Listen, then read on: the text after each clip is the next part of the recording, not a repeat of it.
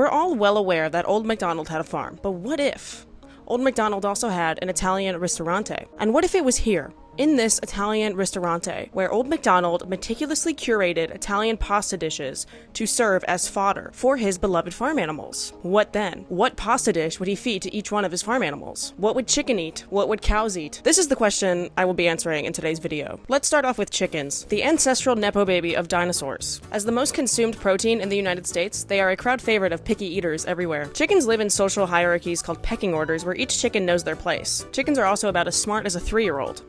The same cannot be said for men. Also, fun fact, chickens can dream, so good news for my fellow cowards out there. If I had chickens and I was to cook an Italian pasta dish for them, I would feed them orzo. Orzo is like such a peckable format, you know? It's like these tiny little beads for a chicken to just like cluck cluck, peck peck. It's like perfect for them. Now, why the beef tomato cream sauce? I think chickens need to exact some vengeance on their arch nemesis, which is the cow. Also, chickens eat bugs, and cows bug chickens. I mean, I'll get to that shortly. So I just felt like this was a good time for chickens to kind of stick it to the man, you know, stick it to the beef, to the bull. I don't know, take the bull by the horns and eat him. And yeah, and also to eat the milk of his enemies' children. Yeah, the orzo is pretty easy to make. You just cook the beef, break it up, then you add the onion, and then you add the spices, and then you kind of toast the orzo for a minute, and then you add the tomato sauce and the broth and the cream.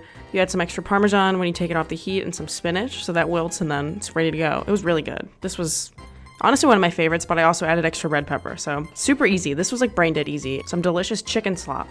Moving on to public enemy number 1 for chickens, cows. So cows, although illiterate, are best known for their work with megachurch Chick-fil-A, where they have been successfully campaigning for the mass murder and consumption of chickens for years. You may know them as the infamous muse behind the 2020 cow print craze. Cows are one of the most iconic farm animals, with burps so lethal they are destroying the planet. We even name boys after them. From cheese, to burgers, to cheeseburgers, we get a lot from cows. That's why we tip them.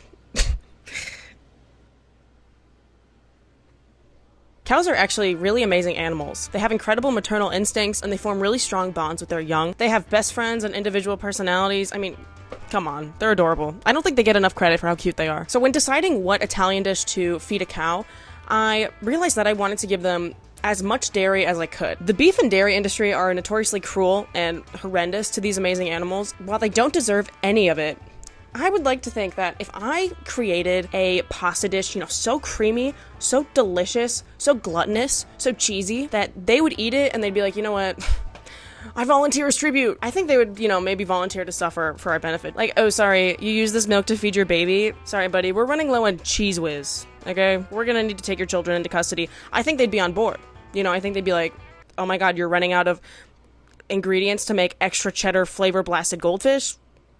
Take my child. Therefore, I decided to feed cows mac and cheese. I know what you're thinking. You're like, but mac and cheese isn't Italian. I hear you. But here's the thing. Just like when you feed a cow an edible, the stakes are high. Like, think about it. I have been tasked with creating a dish that is so delicious that it makes every cow and every heifer, when they eat it every day, they're like, this is what I do it for.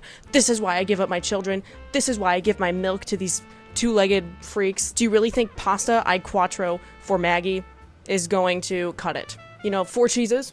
4 cheeses, really? Because I can think of at least 5. So I made them a 5-cheese mac and cheese. You know, I need every cheese in there that I can get. It also has heavy cream and milk. It has like all the classic dairy products. Like, I needed an industrial amount of gluttony in this because we exhibit an industrial amount of gluttony when it comes to cows and all that they have to offer us. I can't mess around. I didn't even address my cow drawing. Yeah, it kind of looks like a puma, but you can tell he's saying moo, so it's like, she's saying moo, so that's what she said. And it all falls on the back of the women. You know what I mean? If I'm gonna make all of these cow women, actually a cow I think is a woman.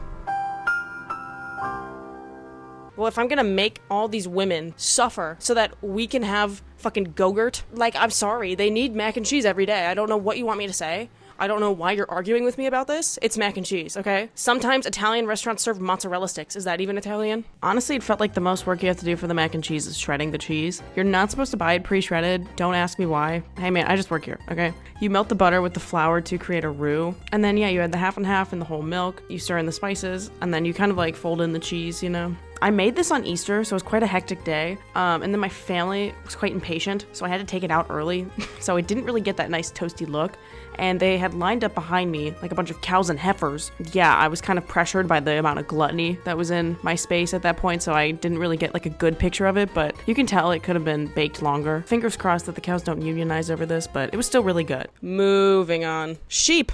Jesus Christ's personal favorite farm animal, right after the holy cow. So baby sheep, canonically referred to as lambs, are best known for their silence. Sheep are often said to be quite dumb and have poor survival instincts, but they have been domesticated for quite some time, and they do greatly rely on humans to survive. Sheep actually do have excellent memory and are capable of remembering faces. You can count on a sheep to recognize you, but be careful, because you just might fall asleep. Sheep that aren't feeling well have been known to seek out and eat certain plants while grazing that help them feel better. Oh, but when I do it, I'm smoking too much weed and drinking too much beer. To feed sheep, I chose fusilli, Jesus Christ's personal favorite pasta. I don't want to talk about this.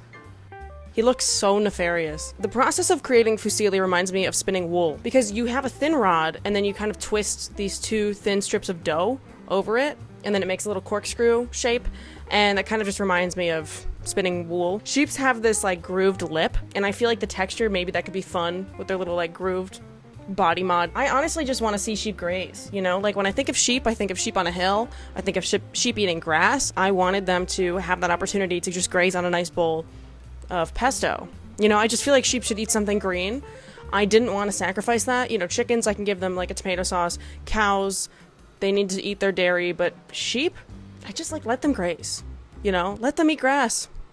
That's what I always say. When sourcing out a pesto recipe, I thought it was really important to embody the herd mentality. If I was a sheep with access to the World Wide Web, where would I get my pesto recipe from? The answer is obviously TikTok. I mean, the only difference between sheep and TikTok users is that sheep touch grass. So I searched for pesto, and this blast from the past came up. Call me crazy if you want, but I've never liked store-bought pesto. So besides the fact that Susie is mentally unwell, this was the top liked video under pesto, so I got to work. It was super easy, honestly. You just put all the ingredients in a blender, except I forgot that my blender kind of sucks, so I did use an emulsifier off screen. I chopped up some cherry tomatoes and threw in some fresh mozzarella balls too. Eating this, I mean, it's a good day to be a sheep. Goats. So the goat, not to be confused with Simone Biles, is best known for its contribution to the yoga community. Goats do a lot to help moderately stressed, affluent white women. You may also remember goats as the one-hit wonder collaborator on Taylor Swift's I Knew You Were Trouble. Goats are actually very picky eaters. They're considered top-down foragers, which means they love a ride in the convertible. Goats are actually the largest source of consumed milk in the world. They also sneeze as a way to alert each other of danger. So man, allergy season must be stressful.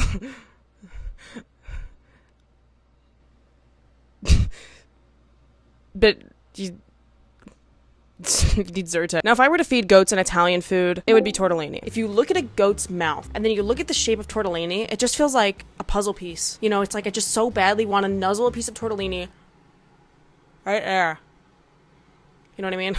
Feel free to look at my teeth. I just went to the dentist. It just makes so much sense to me. Like, oh my god, I just want to put a tortellini there. I just feel like based off their mouth shape and their loading capacity, it's destined to be tortellini, is it not? Like, also, I mean, tortellini is like, we can all agree it's like the best. It's the goat. You know, you are what you eat, I guess. They're picky, and I don't fuck with picky eaters. I'm doing enough by giving you like the best pasta ever. This is quite, in my experience with picky eaters, very picky eater friendly. So I just buttered it. You know, this one I was kind of hands off, frankly.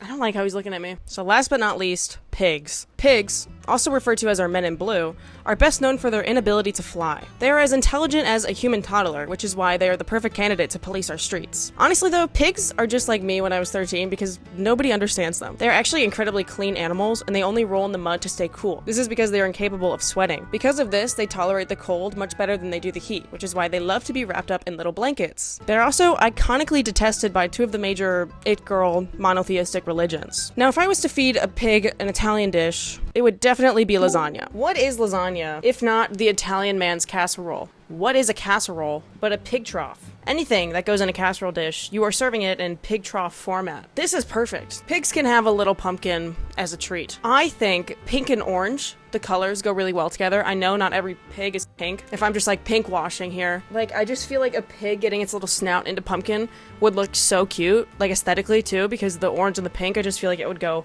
really well. Pigs, you know, they're the smartest of the animals that we've covered today. They are, you know, the 5th smartest in the world, so I feel like they could appreciate something a little bit more sophisticated. Like, they would fuck with a pumpkin lasagna with some nutmeg and some like fall flavors. I just think they would like this. You know, I feel like they have a sophisticated palate. You know, every time I look at a lasagna, I think of pigs.